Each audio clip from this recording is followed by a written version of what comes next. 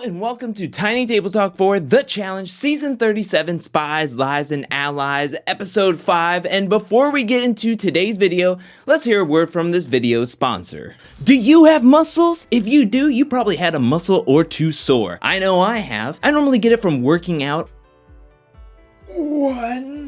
Or sitting at my computer for far too long. That's when I like to reach to the Charles Warren All-Natural Sweet Ginger Vapor Rub. It is made with 6 all-natural oils and butters. And did I mention that the packaging is biodegradable? Another product I love to use is the coconut milk and oats body and foot powder. It's talc-free, baking soda-free, and cornstarch-free, all while keeping my feet sweat-free, and it smells like fresh coconut cake. And right now, if you go to charleswarrenpresents.com and use my promo code at checkout, you can get a discount. All the information and a link is down in the description below. Thank you so much to Charles Warren Presents for sponsoring this video, and now on to Tiny Table Talk. We have hit episode 5 of this current season, meaning we are a quarter of the way done with this season already, so I thought we could do a Comment Palooza for Tiny Table Talk, and so I have a ton of comments that I got from my Thursday's review and recap. I'm gonna go through them, read them, comment, reply, and do all that good stuff with them. So without further ado, let's start off with a comment from Dana, who says, Tori was acting like such a mean girl when she was like, Amber is crying out there, and they're like hugging. Like, WTF, you don't want someone to be consoled when they are crying? She is the worst. I think it's like one of those mentalities where if somebody or multiple people are in the same room not liking somebody, and then it's kind of like you just all gang up and like dump on them. So I think that's where she's coming from. But yeah, I didn't like that at all because Amber, you could tell, was upset. So to get upset that somebody else is consoling someone who is upset is kind of like, wow, kicking them when they're down, basically. The next comment comes from Sunny, who says, when people say Amber is technically a vet, it just means she's gonna get picked off like the rookies. And that's pretty much exactly it. And to combine this comment with another comment, this one coming from Carmen, who says, back in the day, you had to have done at least 2 challenges to be called a vet. I really like Amber, but I don't think she's a vet. Now, that is a classic or OG way of how the show determined who was a vet. And it was 2 seasons, and then on your 3rd season, you were considered a vet, where nowadays, the modern version of a vet is you do 1 season, you're a rookie, and then the next season, you're a vet. As we can tell from the edit or the lower third in these seasons, when Amber comes into the confessionals, it says vet underneath her name. So that's the modern way, but when people are coming into the house and you're not liking somebody or you're trying to go after them and this is their 2nd season and they don't have a ton of friends in the house, that's when they're technically a vet. And I think that's where they're going around and being able to tiptoe around like, oh, well, Fessy did take a shot at a vet, but we're not considering her a vet, or we don't really care that she's a vet. And also, she won last season, so I'm sure all the women in the room were like, I don't want to see her in the finals. And that's a great segue going into the next comment from This Is Bryce, who says, I think nobody is attacking Fessy for what he did is because the girls in the Alliance have no problem seeing Amber gone and not see her in the finals. That's exactly it. And I think maybe that plays a part into what Kaycee is thinking, and not trying to like back up Kaycee for wanting to go after Amber, but I think that's what she's thinking, like, okay, well, if Amber's gone and she just like ran laps around everybody in that finals, if she's gone, then I'm kind of like bumped up a little bit higher. Maybe now I'm the number 1 pick for all the men to want to take me into the finals and want to run with me, and maybe that's more protection around me. I don't know. Maybe I'm giving people too much credit for strategical thinking, when in actuality, maybe they're just jealous or petty for a different reason of going after somebody, but I don't know, maybe that does play a factor into it. The next comment comes from Diana, who says, I used to love Kaycee, but my gosh, has she been intolerable this season? Josh was fighting to keep Amber out of elimination, not just because he liked her as a partner, but because he knew that she was loyal to Big Brother and the alliance they created. He was thinking long term, while Kaycee and Fessy are just being pressed that Amber won last season. Yes, say it, Diana. Say it louder. The next comment comes from Dominique, who says, I honestly do not understand Kaycee's loyalty to Fessy. He hasn't done remotely anything to prove he deserves her loyalty, or anyone else's for that matter. Did she suddenly forget he choked during the Double Agents final challenge? I don't get it. Now, a lot of people will say that, oh, well, Kaycee was injured, and that's why he didn't eat or anything, but Also, we had another eating challenge that season that he did not want to eat. You got to go in there and do all you can with the moment and opportunities you are given. And I honestly don't know how Kaycee could sit back and just back up this man who was saying all this stuff in the confessionals about her during the finals, and the way he kind of gave up on the eating part and her in the finals. Yes, she was injured, but come on now. Like, are you seriously, if something kind of goes out of place or a misstep happens, not to be punny, but a misstep happens in the finals and he kind of just like, well, whatever, it's done, it's over with, I'm gonna just sit on a rock and not do anything and not want to go because it's not going exactly how I want it to go, it's frustrating. So why would you want to be loyal to that and try to get him to the finals and possibly run with him to the finals again? I don't understand it. I don't understand Kaycee's thinking, but I mean, this is her game, and if she's not going to learn from season after season, then that's on her. The next comment comes from Kylie, who says, well, it's official. I've literally lost my dang mind. Whenever Josh was talking to Kaycee, I caught myself saying out loud, hell yeah, Josh, finally. OMG. Between last episode and this episode, I'm actually starting to like Josh. WTF is wrong with me? There's nothing wrong with you because Josh is getting a very good edit. He's also making a lot of sense during these episodes. And to me, I'm sitting there going like, yeah, I'm rooting for Josh. It seems as though Josh and Devin have a really smart hold on the game, and they're doing well, and they have good advice. They have good intentions in the game and strategy. So you're not the only one. I'm there with you going like, yeah, Josh, you're making a lot of sense. Next up, we have Sudani Speaks, who says that whole section of the daily where majority of the competitors could not manage the math problem was hilarious. Also, don't like how Josh's friends were gaslighting him. He's never been my personal favorite, but his anger towards Fessy was totally valid, as he had no reason to assume Amber was gunning for him. He's just paranoid, and in the process of the move he made against her, he took a great partner from who's supposed to be his number one. It just left a bad taste in my mouth for everyone that was defending Fessy. 1000%. And also, when Fessy was talking about how, oh, well, Josh should just co-sign on everything that I do because if supposedly I'm his number one, he should like that I'm going after somebody who I think is going after me in this game. But you also have to take into consideration, Fessy, that Josh was trying to give you the information. He was telling you over and over and over again that he had your back, that as long as Amber and him were together, he had nothing to worry about. Like, if you're in an alliance, you have to do what's best for the alliance, but clearly, he doesn't care what's going on with the alliance. He has an alliance of one, which is himself, and then he also has Kaycee holding tightly by his side, and it's just like, whatever. I'm glad things are finally clicking for Josh, that he's like the low man on the Big Brother Alliance hierarchy, and he's on the bottom, and he needs to like get away. Next up, we have Resilient Warrior saying, I'm not surprised the international survivors excelled at this challenge. Those shows put way more focus on physical challenges like this. I remember back in War of the Worlds when Turbo was coming on, and I decided to watch a lot of his highlights from his seasons, and yeah, you're right. Survivor Turkey had a lot of challenges that were very similar to this one, and he was demolishing those, and then coming into this one, seeing Berna just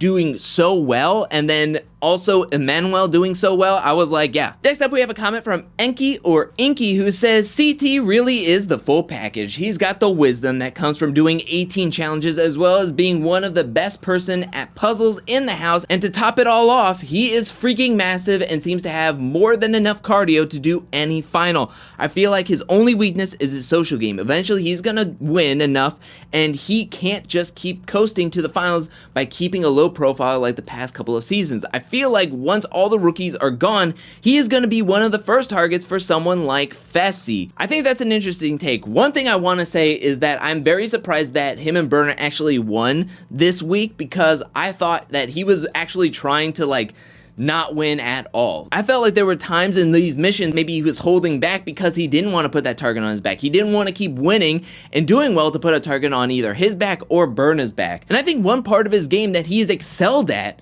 throughout his seasons ever since he came back in Invasion is his social game. I think his social game is outstanding. And we saw him with Emmy talking, giving her some inspiration.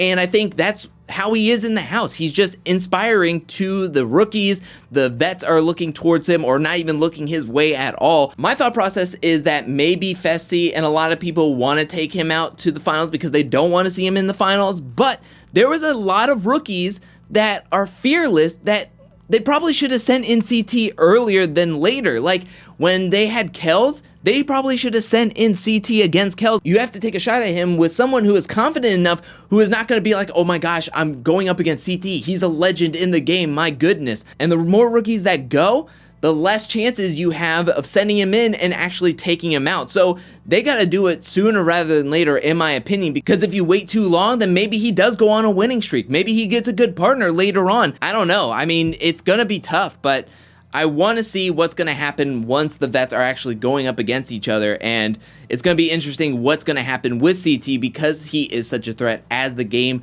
goes on, as more people leave the game. So we'll just have to see what's going to happen. Next up, we have a comment from Freshie who says, I feel something they should do for future seasons is bring back the concept on getting our ticket inside of the challenge house, which was brought into season 29 Invasion of the Champions because the vets are so scared to go down and make huge moves. I enjoyed that twist, and I would like for it to be implemented in like future seasons, as well as like kill cards. I think would be fun to bring back. So we'll have to see what's going to happen in future seasons. They're going to have to change something up or do something because the ratings are absolutely dreadful this season, and they're going to have to do something. Now, I put out there in my Thursday's review and recap, what should Logan and Big T's relationship name be? And I have 3 options here. Emily suggested that they should be called Togan, which I kind of like. Jackhammer Joe suggests that their couple name should be Big Lot, which I thought that was pretty good. And then Alika says that Big T and Logan's relationship name should be called BLT, which I think is my favorite, but I want to put it out to you. What do you think out of those 3 names should be Big T and Logan's relationship name? Let me know that down in the comment section below. And now let's go to a next comment from Mauricio who says, I'm actually enjoying most of the rookies this season. Hope most of them come back for another season. Yes, please. I think the rookies are actually more exciting and more energetic and bringing life to the season more than the vets this season. Banana R Yellow says, as soon as I learned Gabo was from Hungary, I knew someone was gonna make a hungry joke. Exactly, it's low-hanging fruit, and we got to hear it before he left the game. Again, low-hanging fruit, but somebody had to do it, and Amanda gets credit for it. Matt comes in with a comment saying, at the start of the season, I was not a fan of Gabo, but he really grew on me. I was actually sad to see him go. I'm really hoping he comes back. Agreed. I was very critical where he was like, didn't even know who TJ was. Then he's thinking he's never going to go into an elimination. But this episode, we got to see more of him.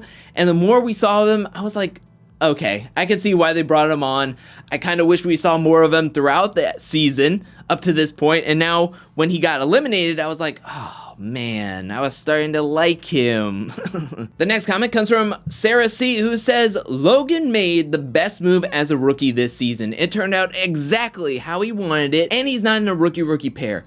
Glad he stuck to his guns, although I did want to see a vet get called since the truce is over. I guess technically the truce isn't over, but I loved Logan, and I loved Gabo's confidence to say, yes, I want to go into the elimination. Now, I don't think Gabo had a choice because he was in a rookie-rookie pair, but Logan saying, I want to take fate into my own hands. He knew that if he didn't suggest his name, he wasn't going to get called down there. He was going to get paired up probably with Emmy, and then he was going to be next on the chopping block to be sent in, and he was going to have to do the elimination with Emmy. So now he's thinking, coming back to the house after Anissa was taken to the hospital, if Anissa is going to be medically DQ'd from the game, this is his best opportunity. First of all, he's going to go up against Gabo, which he feels he's confident to win against. And then he's like, if I go in now, it's probably just going to be a solo elimination. And I feel more confident with my abilities going up against Gabo than me going up against somebody else with somebody else as a partner. So I thought it was a fantastic move. I loved it. Next comment comes from Abby, who says, it's a rookie massacre. They're making it too easy for the vets. I laughed too hard in this episode. Gabo is too funny. Popcorn Muscles' memory of songs praying to Mike the situation. He was really leaning into the Jersey Shore, loving the Jersey Shore.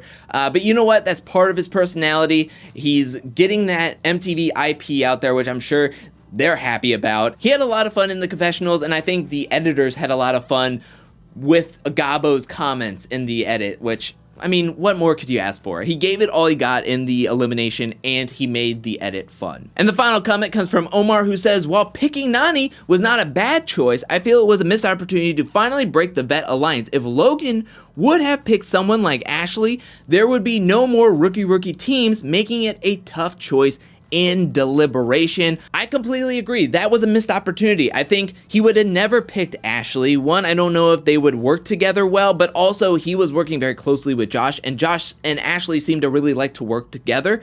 So if anything, I think Logan would have then picked Amanda, and that would have broken up, and then you would have had nobody in a rookie pair. But in saying that, Logan and Josh are very close with each other and have a very strong bond, and he asked Josh point blank who he should pick, and Josh said Nany. Nany was the one chosen because of Josh suggesting it to Logan, but also Nany has a great social game. She is a vet, so why not pick her? And so that's how we got the matchup. But yes, I completely agree with you, Omar. That was a missed opportunity, and now we still have a rookie pairing for next episode, which plays directly into the vet's hands. But that is it for Tiny Table Talk. What'd you think about this episode? Let me know that in the comment section below. What'd you think about Anissa being medically DQ'd? What'd you think about Logan picking Nany? Was that the right decision? And again, what do you think Big T and Logan's relationship name should be? Let me know that down in the comment section below. And let me know anything and everything you felt about this season so far as we have hit the quarter mark.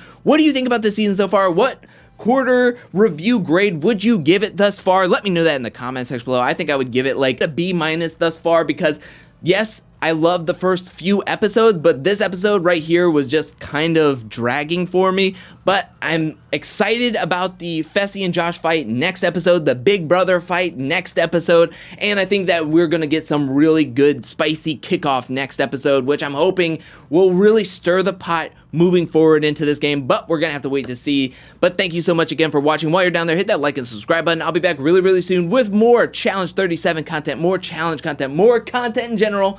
But until then, peace.